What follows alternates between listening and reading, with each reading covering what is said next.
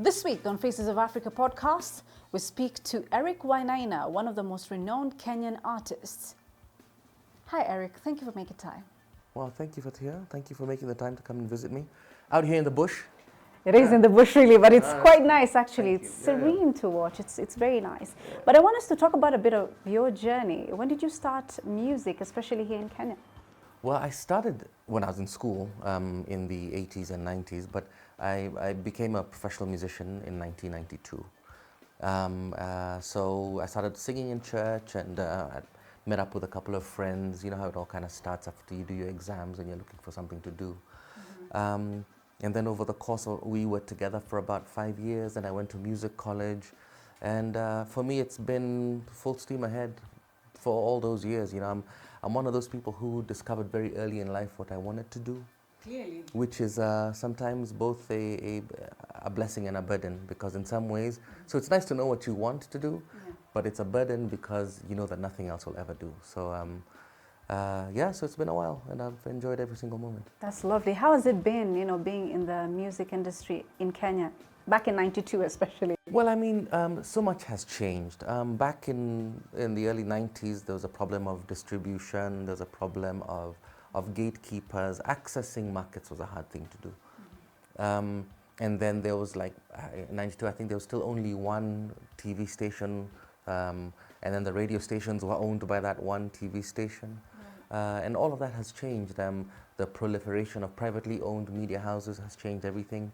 And then now with digital, I mean, I can reach someone in Kuala Lumpur, you know, singing a song in my studio here. Yeah. What was your first song, especially your first hit song? My first hit song, I mean, I don't know. There's a song that is now called Daima, which I wrote originally as Kenya only, was originally in English. And the song was about, there was a lot of political upheaval in Kenya, and it was a song that ultimately was trying to bring people together, trying to say, hey, let's not be divided on tribal lines or any sort of ethnicity. And then it got quite a lot of airplay when the bomb went off at the US embassies in Nairobi and Dar es Salaam in '98. But then it really took, then I did a version of it in Kiswahili, which we call Daima. And that one was used quite a bit when Kenya went through its post-election violence in 2007, 2008. How would you classify your music? The genre, I mean, as Kenyans, we grew up listening to so many different things, you know, and so that song that I referenced right now could be called a ballad. You know, it's kind of slow, kind of anthemic. There are other songs which are very Afrofusion, but like I say, because of being urban, African, I was going to say youth. I'm not a youth anymore, but I started off as, you look like it though. We grew up listening to everything, you know, and so there's a touch of just about everything in there. Yeah, I mean, you've talked about, you know, growing up back in the day in Kenya, we used to listen to everything, or rather you used to listen to everything. But now I want us to talk about Yvonne Chaka Chaka. Do you know of her? I know Yvonne Chaka Chaka. That must be the favorite song Africans have. Well, I mean, it's, you know, that's the thing.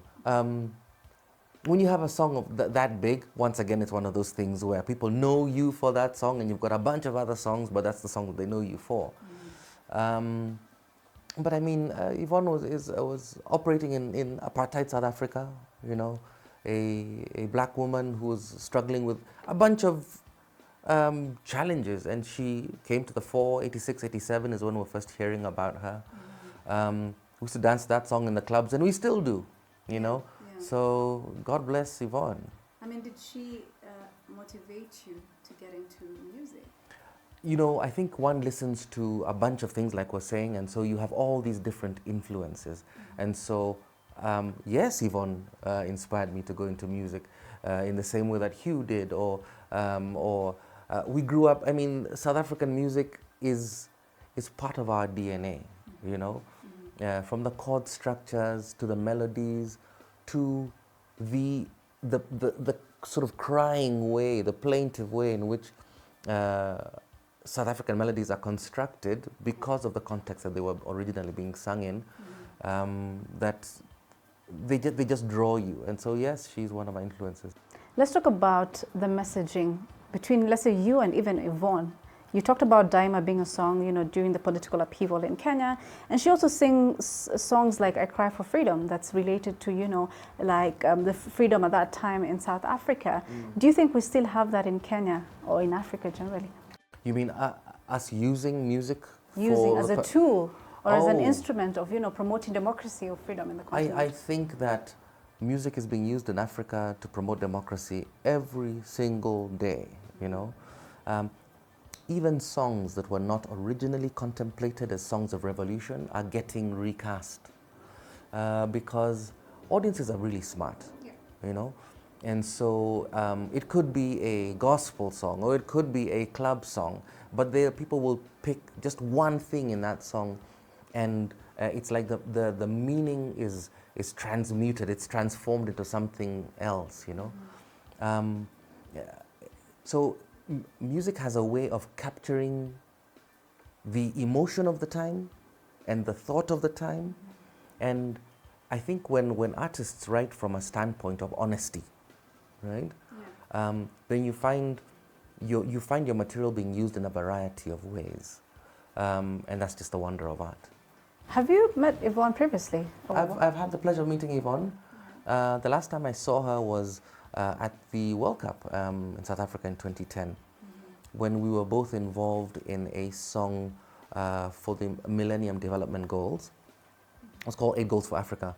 Yeah, I had the pleasure of writing the lyrics for that song, and a gentleman called Jimmy Ludlu wrote the music for it. And we had Yvonne, we had Oliver Mtukudzi, we had Angelique Kidjo. It was this plethora of African greats who sang on the song, and Yvonne was one of them. Yeah, how was your experience like working with her? She's great. I mean, people walk into the studio and they're very welcoming. We were in Johannesburg, and you're in her hometown, and she welcomes you, and makes you feel at home. And I mean, I'm a junior artist to her, you know, in many ways, but she makes you feel comfortable, you know. And you're teaching her a song, and she makes it possible to teach her. You know, other people can show up with a lot of ego, you know, but that was not Yvonne. I mean, I can totally relate because we went to do a documentary on her. She's very warm in how she takes care of people. She's very welcoming. But is there any specific song, apart from Komboti, that you can sing that belongs to Yvonne? Thank you, Mr. DJ, for playing my song. Thank you, thank you. You don't know? I just forgot the lyrics. You don't remember after that? Your love is so long. Thank you, Mr. DJ. Okay. You caught, but I mean, that's. So I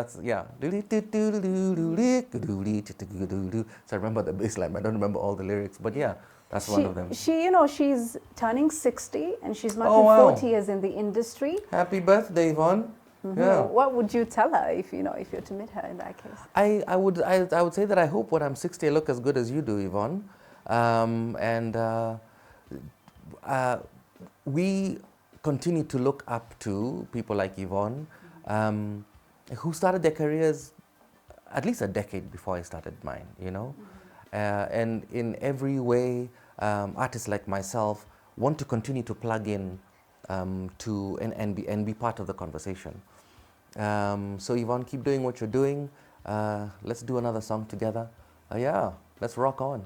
I'm sure she's listening. So as we wrap up, because I'm done with my interview, basically, I want you to sing for us Daima, in fact, because I think that's one of your biggest tracks. So.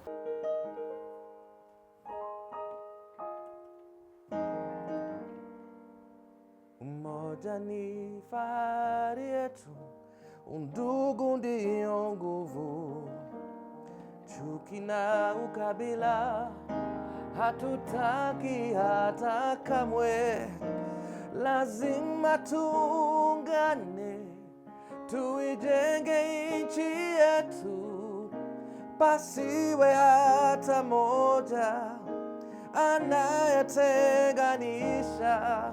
Naishi na tumaini, najitolea daima Kenya. Hakika ya bendera ni uthabiti wangu, nyeusi ya wananchi na nyekundu ni ya damu, kijani ni ya ardhi,